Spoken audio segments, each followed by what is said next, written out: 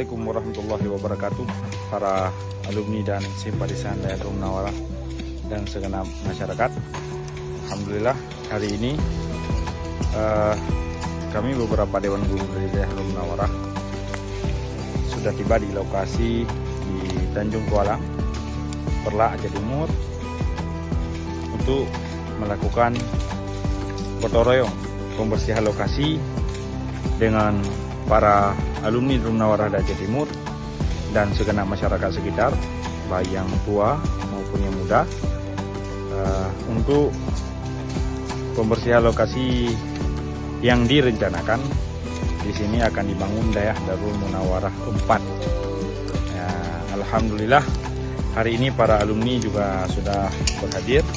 Ini hadir Sungku Nas, juga abang kami, guru kami yang hari ini sudah menjadi alumni Dayatul Munawarah, yang nantinya insya Allah para alumni dan masyarakat sekitar sedang menunggu kedatangan Abiyah Rais Am Dayatul Munawarah hadir langsung hari ini ke lokasi.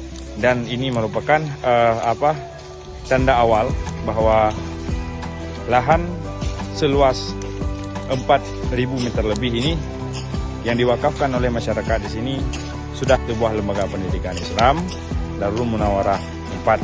Nah, mudah-mudahan nantinya seiring berjalan waktu akan terus berkembang, maju, bermanfaat untuk agama, bangsa dan negara, terutama menjadi investasi terbesar untuk hari akhirat bagi orang tua kami pewakif dan tanah ini.